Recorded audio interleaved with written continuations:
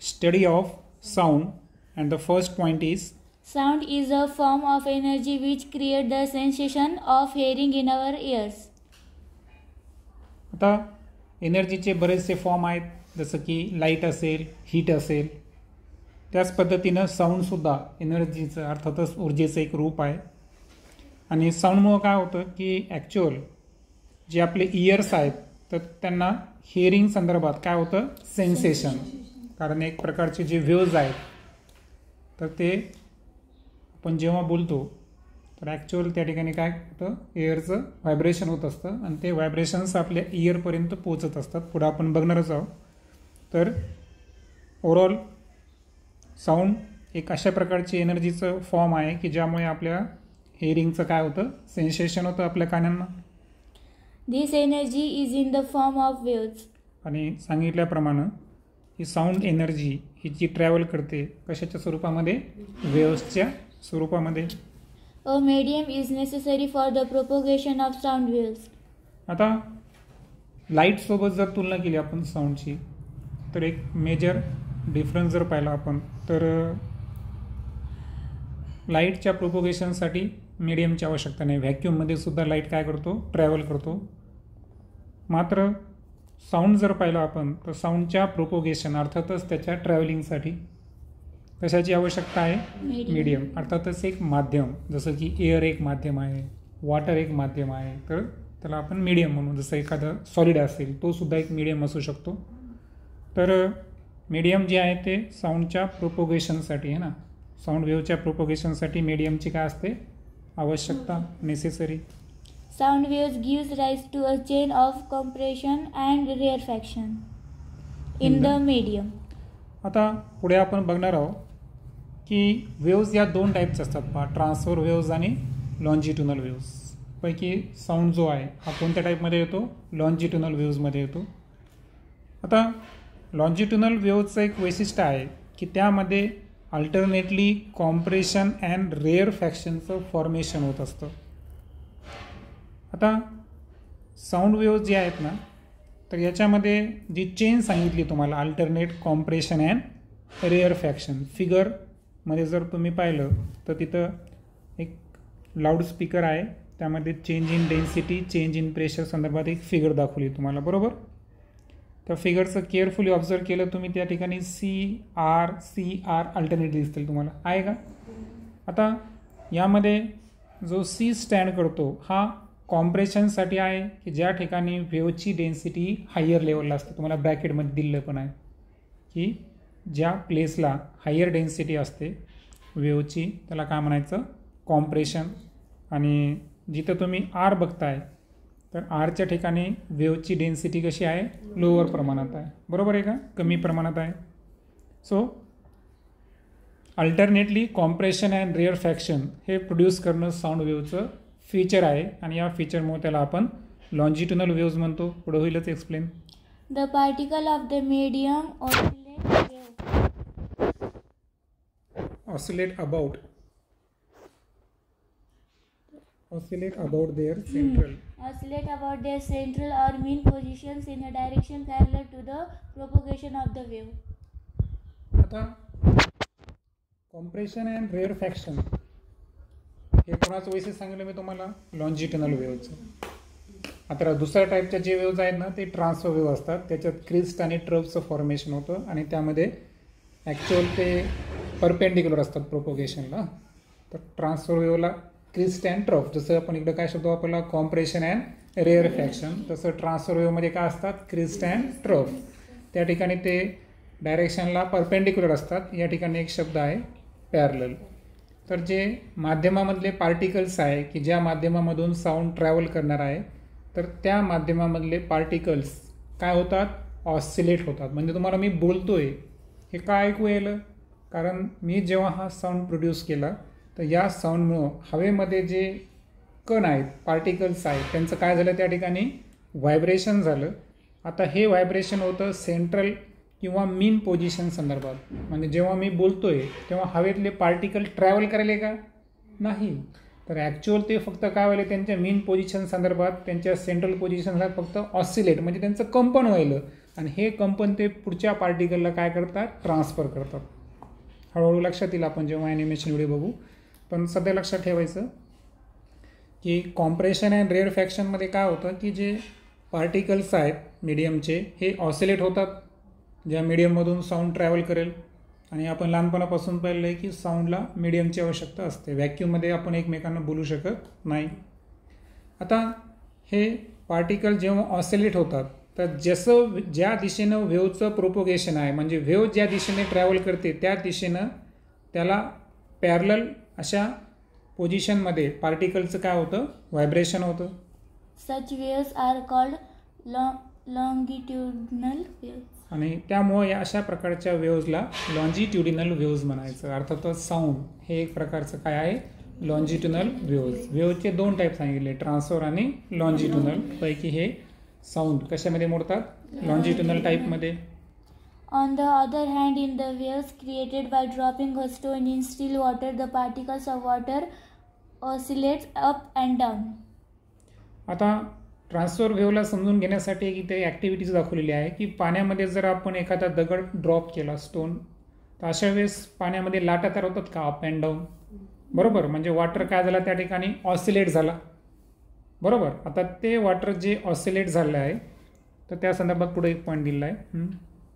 These oscillations are perpendicular to the direction of propagation of the wave. Such waves are called transverse waves. आता पाण्यामध्ये दगड जेव्हा आपण टाकू स्टील वॉटरमध्ये तर सर्व बाजूला तरंग तयार होतात. आता हे तरंग थोडेसे ऑसिलेशन जर पाहिलं आपण केअरफुली ते अप अँड डाऊन असतं. आता अप अँड डाऊन लक्षात घ्या, अप अँड डाऊन आहे याचा अर्थ वेव्हच्या प्रोपोगेशनची डायरेक्शन आणि जे ऑसिलेशन आहे अप अँड डाऊन, तर अप अँड डाऊन आणि स्ट्रेट लाईन, म्हणजे याचा अर्थ up and down process straight लाईनला कशी येईल, या ठिकाणी परपेंडिक्युलर येईल. जेव्हा आपण साऊंड संदर्भात पाहिलं होतं की साऊंडचं प्रोपोगेशन आणि हवेच्या पार्टिकलचं ऑसिलेशन हे कसं होतं, एका दिशेला, म्हणजे ते कसं होतं, पॅरलल. त्याला आपण काय म्हणलो होतो, लॉन्जिट्युडिनल वेव्हज. आणि जेव्हा आपण पाण्यामध्ये स्टोन टाकला, तर दगड टाकला, तर त्याच्यामुळे जे सर्व बाजूला कंपन तयार झाले तर यांचं ऑसिलेशन कसं होतं, up and down. Up and down आहे. आता लक्षात घ्या, वेव्स असं कन्सिडर करा की एक्स ॲक्सिसला आहे. वेव्स कुठे आहेत, एक्स ॲक्सिसला आहे वेव्हचं प्रोपोगेशन. मात्र पार्टिकलचं ऑसिलेशन अप अँड डाऊन म्हणजे वाय ॲक्सिसला आहे. म्हणजे याचा अर्थ एक्स आणि वाय एकमेकांना काय असतात, परपेंडिक्युलर. आणि सो या केसमध्ये लक्षात ठेवायचं की पार्टिकलचं ऑसिलेशन हे वेव्हच्या प्रोपोगेशनच्या दिशेला कसं आहे, परपेंडिक्युलर आहे. आणि याच रिझनमुळे अशा प्रकारच्या वेव्हजला काय म्हणायचं, ट्रान्सवर्स वेव्हज म्हणायचं. आता नेक्स्ट आता एक ॲक्टिव्हिटी आपण डिस्कस करू. A sound wave can be shown in the form a graph. आता एक ग्राफच्या स्वरूपामध्ये आपण एक साऊंड वेव्ह या ठिकाणी अभ्यास करत आहोत. At any moment during the propagation of a sound wave, we would find alternate bands of compression and rarefaction of the medium, that is bands of greater and lesser density. आता एक loudspeaker दाखवलेला आहे आणि त्या loudspeaker संदर्भात एक sound wave घेतली आपण. आता या साऊंड वेव्हमध्ये जर पाहिलं आपण तर तुम्ही ए फिगर घ्या किंवा बी फिगर घ्या, दोन्हीपैकी तुम्ही कोणती फिगर घेऊ शकता. तिथं जर तुम्ही कोणत्याही मोमेंटला जर प्रोपोगेशन पाहिलं साऊंडचं तर त्या ठिकाणी तुम्हाला अल्टरनेटली सी आर दिसतील. बरोबर आहे का. आता ज्या ठिकाणी सी आहे तर त्या ठिकाणी जे बँड्स दिसतात तुम्हाला, बरोबर, ते बँड्स कसे आहेत, थोडेसे दाट आहेत. बरोबर आहे का. म्हणजे बँड्स ऑफ ग्रेटर डेन्सिटी जो पोर्शन आहे तो आहे सी. अर्थातच कोणता आहे तो, कॉम्प्रेशन. आणि ज्या ठिकाणी बँड्स ऑफ लेसर डेन्सिटी म्हणजे कमी प्रमाणात तुम्हाला त्या ठिकाणी डेन्सिटी दिसेल त्याला आरनं डिनोट केलं आहे, तर तो काय आहे, रेअरफॅक्शन. आणि त्याच्यानंतर पुन्हा कॉम्प्रेशन आहे. म्हणजे याचा अर्थ जेव्हा साऊंड ट्रॅव्हल होतो तर साऊंड ट्रॅव्हल होत असताना अल्टरनेटली त्या साऊंड वेव्हच्या डेन्सिटीचे काय तयार होतात, बँड्स तयार होतात. आणि हे बँड्स ग्रेटर आणि लेसर डेन्सिटीचे असतात. त्यांनाच आपण अल्टरनेटली काय म्हणतो, compression and rarefaction. Figure 12.1a shows the change in density while figure B shows the change in pressure. आता फिगर ए जी आहे तर त्यामध्ये आपल्याला डेन्सिटी कशी चेंज होत आहे ते डिनोट केलेलं आहे. कॉम्प्रेशनमध्ये पार्टिकलची डेन्सिटी जास्त आहे आणि रेअर फॅक्शनमध्ये डेन्सिटी कशी आहे, कमी आहे. हे झालं फिगर ए संदर्भात. बी जे आहे तो प्रेशर या ठिकाणी डिनोट करायला. बी फिगरमध्ये जर पाहिलं आपण तर जिथं प्रेशर जास्त आहे तिथं कॉम्प्रेशन आहे आणि जिथं प्रेशर कमी आहे तिथं रेअर फॅक्शन आहे. त्यानंतर सी फिगरबद्दल बोलू आपण. The wavelength of sound waves is sorry the changes in the changes in density or pressure are shown in the form of a graph in figure C. आता density आणि प्रेशरमध्ये कशा पद्धतीनं changes येत आहे तर ते आपल्याला फिगर सी मध्ये दाखवलेलं आहे. आता डेन्सिटी और प्रेशर संदर्भात जर आपण पाहिलं तर एक स्ट्रेट लाईन दाखवलेली एक्स ॲक्सिस सारखी, बरोबर आहे का. आता त्या ठिकाणी जर पाहिलं आपण तर काय झालं बरं, अगोदर पॉझिटिव्ह आहे, नंतर 0 लेवलला, नंतर निगेटिव्ह, पुन्हा 0 लेवलला, पुन्हा पॉझिटिव्ह लेवलला. हे अशा प्रकारचे काय आहेत, वेव्ज आहेत. आता त्यामध्ये तुम्हाला एक शब्द दाखवला आहे, एक शब्द दिला आहे का ए. तर पार्टिकलचं मीन पोझिशनपासून जे मॅक्झिमम डिस्प्लेसमेंट असतं त्याला म्हणतात ॲम्प्लिट्यूड. काय म्हणतात, ॲम्प्लिट्यूड. ते एनं दर्शवलेलं आहे, पुढे आपण डिस्कस करणारच आहोत. त्यानंतर तुम्ही जर 2 वेव्हचं वरचं टोक पाहिलं त्याच्यातले डिस्टन्स तुम्हाला लॅम्बडा दाखवलेला आहे, ते आहे वेवलेंथ. काय आहे ते, वेवलेंथ. आता वेवलेंथ काय आहे पुढे आपण डिस्कस करणार आहोत, फक्त फिगरून सध्या आपण समजून घेतलं, ठीक आहे. तर आता आपण एक एक पॉईंट समजून घेऊ. The wavelength of sound waves is indicated by the Greek letter lambda, while its frequency is indicated by nu. आता 2 गोष्टी आपल्याला इथं शिकवायच्या आहेत. पहिला आहे वेवलेंथ, ओके, आणि दुसरी गोष्ट आहे फ्रिक्वेन्सी.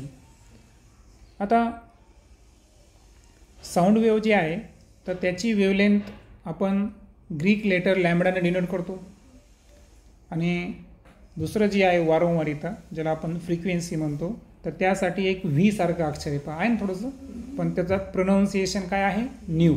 त्याचं प्रोनाऊन्सिएशन काय करायचं, न्यू म्हणून प्रोनाऊन्सिएशन करायचं. आणि दुसरं आहे लॅम्बडा. सो लॅम्बडा काय डिनोट करते, साऊंड वेव्हची वेवलेंथ. डेफिनेशन आपण नाही बघायलो सध्या, फक्त कन्सेप्ट समजून घ्यालो, अजून डेफिनेशन नाही समजून घेतली आपण.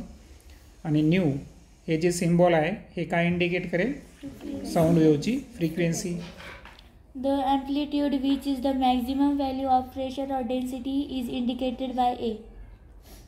त्यानंतर जे ॲम्प्लिट्यूड आहे ज्याला कॅपिटल एनं आपण इंडिकेट केलेलं आहे, तर ॲक्च्युअल ती प्रेशर किंवा डेन्सिटीची कोणती व्हॅल्यू आहे, मॅक्झिमम व्हॅल्यू.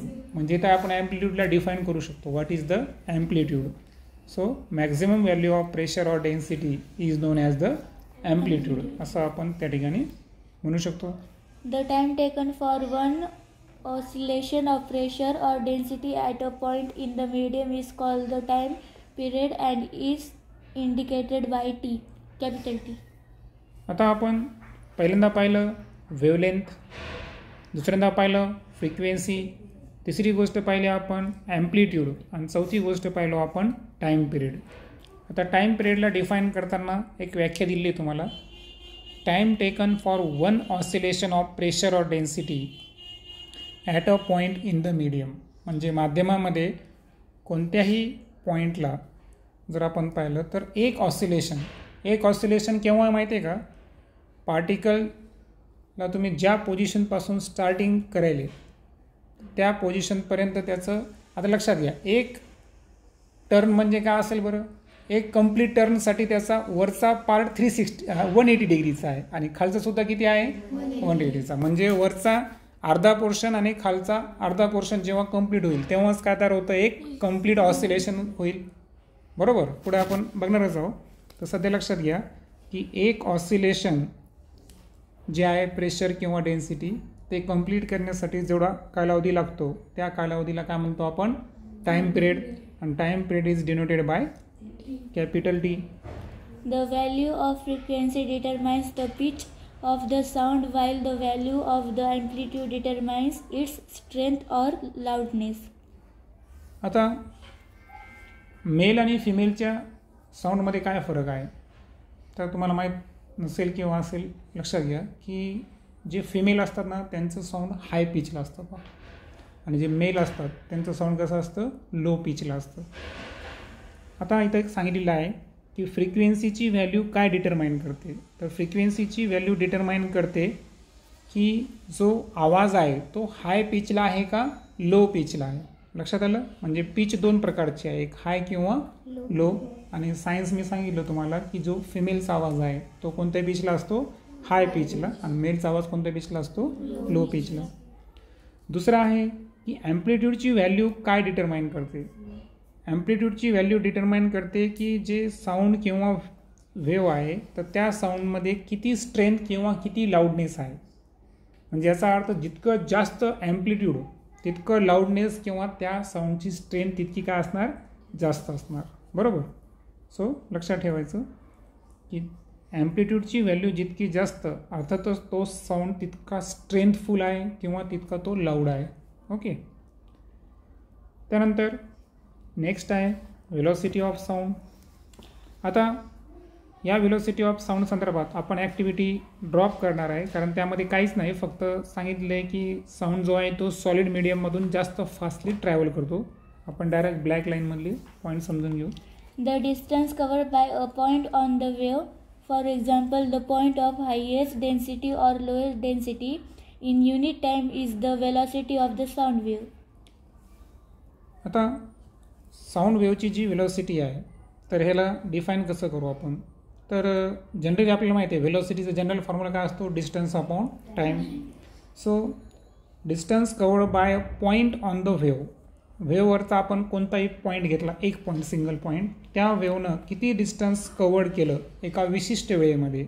आता इथं एक्झाम्पल सांगितलं आहे point of highest density or lowest density. म्हणजे तुम्ही एकतर काय करायचा, पॉईंट कुठला घ्यायचा, हायेस्ट डेन्सिटीवरचा घ्यायचा किंवा लोएस्ट डेन्सिटीवरचा, कोणताही पॉईंट घ्या.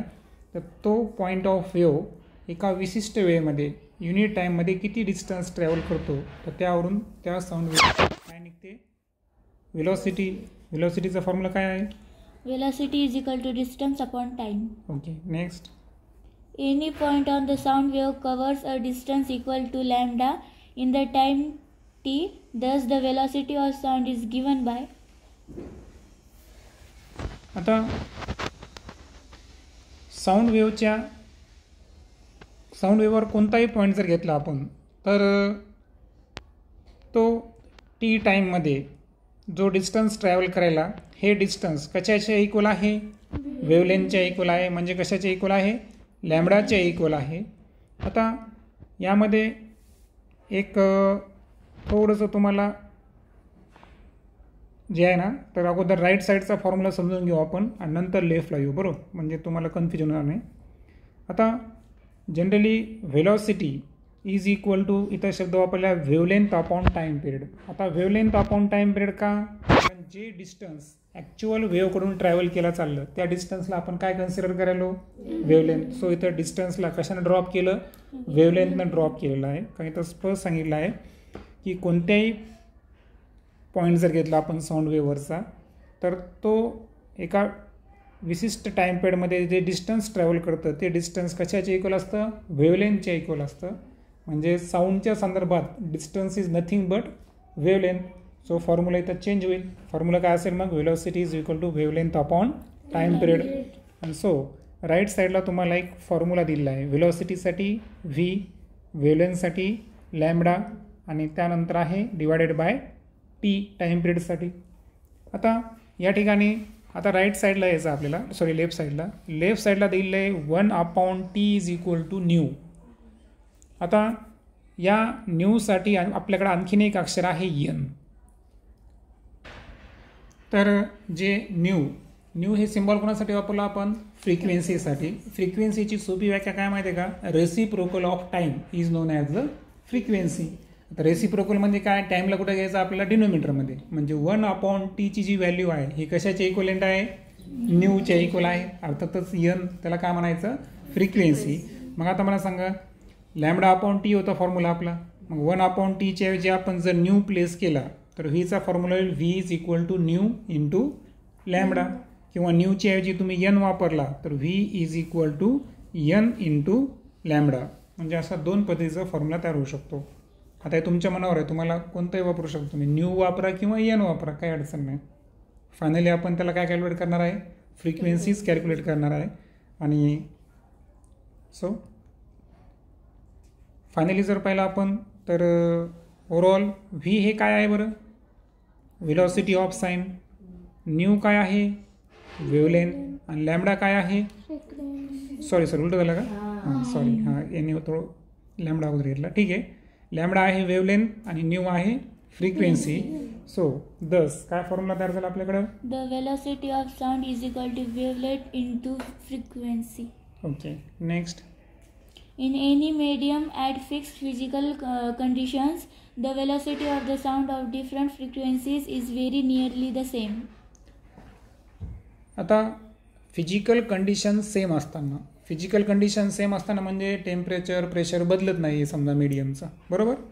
तर अशा वेळेस कोणत्याही मीडियममध्ये जी साऊंडची वेलोसिटी आहे, बरोबर, तर फ्रिक्वेन्सी डिफरंट जरी असेल, ओके, डिफरंट फ्रिक्वेन्सीसाठी सुद्धा वेलोसिटी ऑफ साऊंड हा नियरली कसा असतो या ठिकाणी सेम असतो. म्हणजे याचा अर्थ काय, एखाद्या माध्यमाची फिजिकल कंडिशन समजलं तुम्हाला, टेम्परेचर असेल, डेन्सिटी असेल, ह्युमिडिटी असेल, काय जे असेल ते, हे सर्व जर स्थिर असेल तर अशा वेळेस साऊंडची वेलोसिटी बदलते का, नाही, ती त्या मीडियमसाठी डिफरंट फ्रिक्वेन्सीसाठी सुद्धा कशी असते, सेमच असते.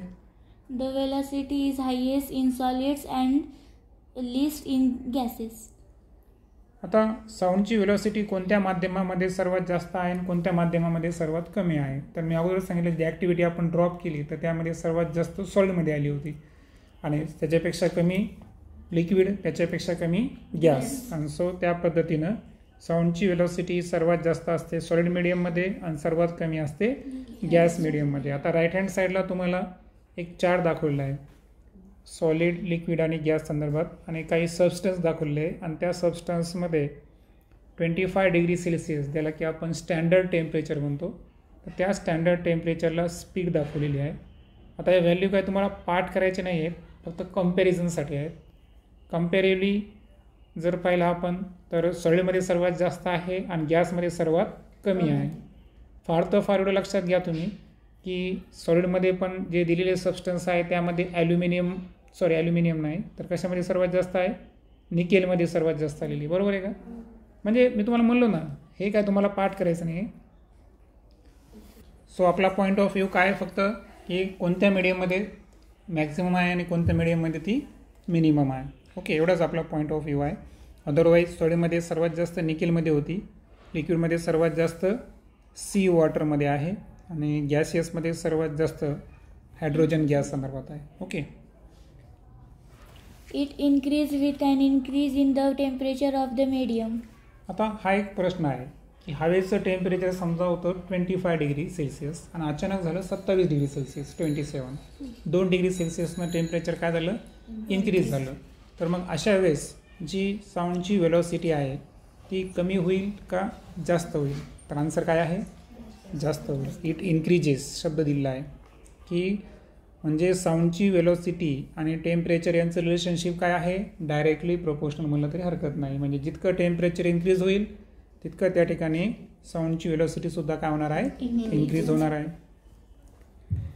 The Italian physicist Borelli and Viviani in the 1660s first calculated the speed of sound. आता साऊंडची जी स्पीड आहे तर ती व्हॅल्यू डिस्कवर कुणी केली किंवा कॅल्क्युलेट करण्याचा पहिला प्रयत्न कुणी केला, तर ते इटली या देशाचे भौतिक शास्त्रज्ञ ज्यांचं नाव आहे बोरेली अँड विवेनी, यांनी 1660 या वर्षामध्ये फर्स्ट अटेम्प्ट केला कॅल्क्युलेशनचा. They measured the time between seeing the flash of a gun and hearing its sound from a long distance. आता त्यांनी काय केलं मग की आता बघा एक जनरल एक्सपिरियन्स आहे, जेव्हा विजा आपल्याकडे होतात तर काय होतं बरं, अगोदर प्रकाश दिसतो, नंतर आपल्याला आवाज येतो. आणि याचं रिझन तर तुम्हाला माहीतच आहे की लाईटची स्पीड जी आहे ती खूप जास्त आहे. कशापेक्षा? साऊंडपेक्षा. साऊंड जे आहे ना, तर जनरली तुम्ही जर पाहिलं तर अप्रॉक्सिमेटली 346 आपण डिस्कस करणार आहोत. 346 ते 350पर्यंत स्पीड असते जनरली साऊंडची. परंतु लाईटची स्पीड किती आहे? 3 लाख किलोमीटर पर सेकंद. आणि या रिझनमुळे काय होतं की अगोदर आपल्याला वीज चमकलेली दिसते आणि त्यानंतर आवाज नंतर येतो. बरोबर. आता ओव्हरऑल जर पाहिलं आपण तर त्यांच्या एक्सपेरिमेंटमध्ये त्यांनी काय केलं की ज्या गन आहे तर त्या गनमधून जेव्हा बुलेट फायर केली होती तर सर्वात अगोदर त्या ठिकाणी फ्लॅश त्यांना अगोदर दिसला आणि त्यानंतर त्यांना काय हिअर ऐकू आलं? साऊंड. बरोबर. दॅट इज वाय रिझन काय आहे ते मागचं? कारण लाईटची speed is too much greater than sound. Their value of 350 meter per second is very close to the value of 346 meter per second which is accepted today. आता या दोन value दिल्या आहेत. तर या दोन व्हॅल्यूमधला नेमका फरक काय? की बोरेली आणि व्हिव्हिनी यांनी जी व्हॅल्यू कॅल्क्युलेट केली होती ती होती 350 मीटर पर सेकंद. आणि आज जे आपण प्रेझेंट्स जे सायन्स आहे तर त्यामध्ये जी व्हॅल्यू आपण ॲक्सेप्ट केलेली आहे तर ती आहे 346 मीटर पर सेकंड. ही आजची ॲक्सेप्टेड व्हॅल्यू आहे. नेक्स्ट व्हिडिओमध्ये आपण velocity of sound in gaseous medium आणि त्या संदर्भातल्या काही फिजिकल टर्म्स या संदर्भात डिस्कस करू.